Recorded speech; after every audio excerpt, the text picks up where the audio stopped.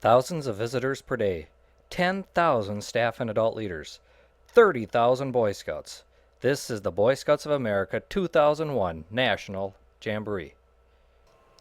With any large outing or activity, planning begins early. The Central Minnesota Council began holding meetings, choosing leaders, and training scouts nearly 2 years before the Jamboree began. In June of 2001, the two troops from the Central Minnesota Council met at Parker Scout Reservation near Merrifield, Minnesota, to make final preparations for their experience.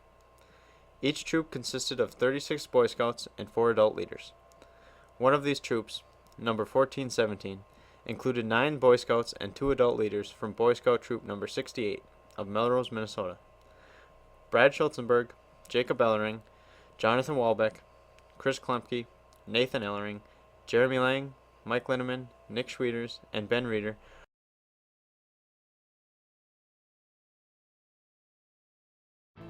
The first challenge of the pre-encampment was to set up the troops' campsite within the area that would be Joined given Assistant to each troop at the Scoutmaster Ben Jamboree. Kachimba and Scoutmaster Steve Borgarding 3 large in the tents, trip of a lifetime. 18 4-man tents, and the dining flies had to fit in the allotted area and still leave room for flags and an open meeting area.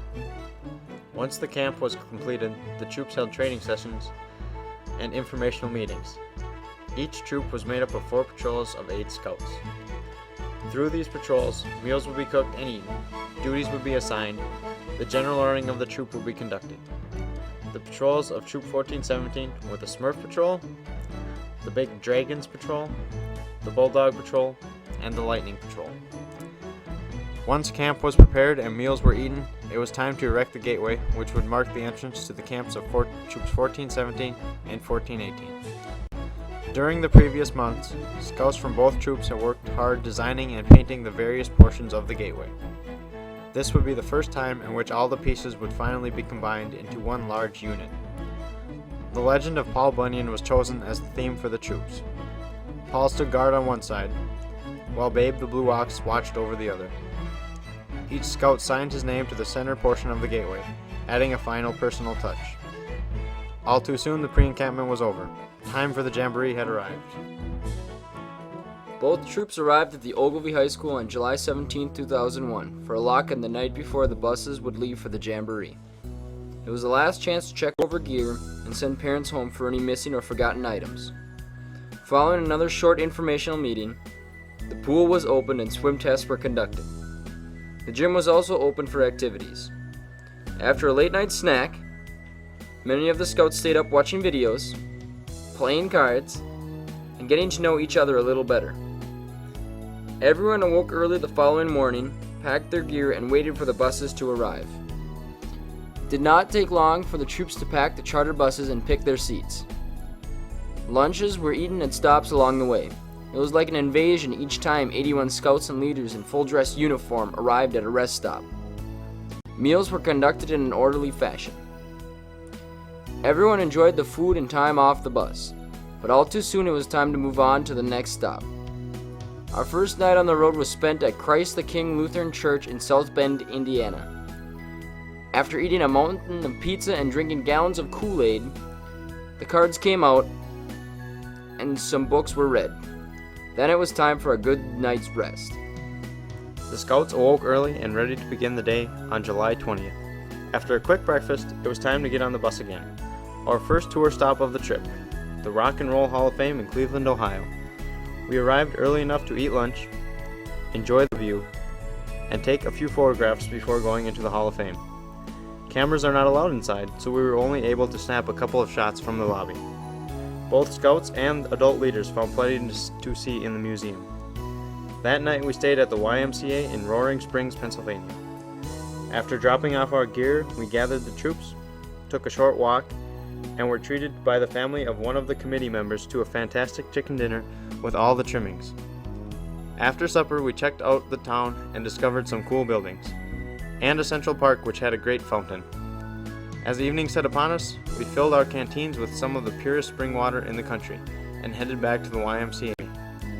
After breakfast the next morning, the bank was open for scouts to withdraw some money. For today, we arrived in Washington, D.C. Our first stop was the Ronald Reagan Building. There we met our tour guides and entered the building for lunch. The building was quite impressive, as was most of Washington, D.C. After a short walk from our bus stop, we arrived near the Congressional Building. Seeing this building on television is one thing, but it is far more impressive being there in its presence. A professional photographer took our group picture, but we also took plenty of our own. We had a short wait after the picture was taken. Then we headed down the street to see Congress close up. Our tour guides were very instructive and helpful. After they gave us a brief history, we walked around the whole building. Unfortunately, there were too many visitors at Congress that day, so we were not able to go inside for a tour. Our buses met us outside the Supreme Court building. That is where we got our first taste of Jamboree patch trading. Our next stop on the tour was the Arlington National Cemetery. The place was huge. The changing of the guards at the tomb of the unknown soldier was quite impressive. Everyone became reverent as our troops' senior patrol leaders and their assistants were given the honor of placing a wreath at the tombs. It made everyone a little more aware of the price this country has paid to enjoy the freedoms we all share. While we were at the National Cemetery, we also saw the memorial for the Space Shuttle Challenger's crew and paid our respects at the grave of President John F. Kennedy. We toured a lot of Washington, D.C. that first day. We saw the Marines Memorial of Iwo Jima, the Boy Scout Memorial, and even had a chance to see the White House, although we had to view it through the fence. The Korean War Memorial was impressive, but also a little eerie. The larger-than-life statues of soldiers on the march were extremely lifelike. The next stop on the tour was the Lincoln Memorial. The statue of President Lincoln was truly majestic. On the opposite end of the pond was the Washington Monument. Unfortunately, it was closed for renovation, so we did not get the chance to go inside of it. As the day came to an end, we stopped at the Vietnam War Memorial. Statues reminded us once again of the sacrifices made by the women and men who served our country. And then there was the wall. As we walked by and read the names, we realized how vigilant and somber the people who came to visit sincerely were. You couldn't help but feel emotionally moved. Troop 1417 and 1418 spent the next 2 nights at the University of Maryland. Scouts and leaders slept in the Easton Hall dorm rooms. It would be our last night in a real bed for the next 7 days. Our second day of touring the Washington, D.C. area began with a stop at Mount Vernon, the home of George Washington, our first president. George Washington lived at Mount Vernon from 1754 until his death in 1799. We were able to tour the inside of the house and many of the other buildings. The stables, the slave quarters, and the grave of President Washington and his wife Martha could be observed. Did you know the Smithsonian Institute actually occupies 7 large buildings? We did not have much time, but we did see some things including Indiana Jones's jacket and fedora, a replica of the atomic bomb used by the USA in World War II, the bones of a Tyrannosaurus Rex and Triceratops, the plane flown by Charles Lindbergh across the ocean, and the Hope Diamond. We also had the chance to meet a few new friends. As evening approached, we came to our next stop of our tour of Washington, D.C., the Franklin Delano Roosevelt Memorial. A bronze statue of the former president greeted all who entered the memorial. The memorial is quite large and is made of many room-like areas depicting several different events of the time, with many of Roosevelt's famous quotes displayed. One portion of the memorial was dedicated to his wife, Eleanor Roosevelt.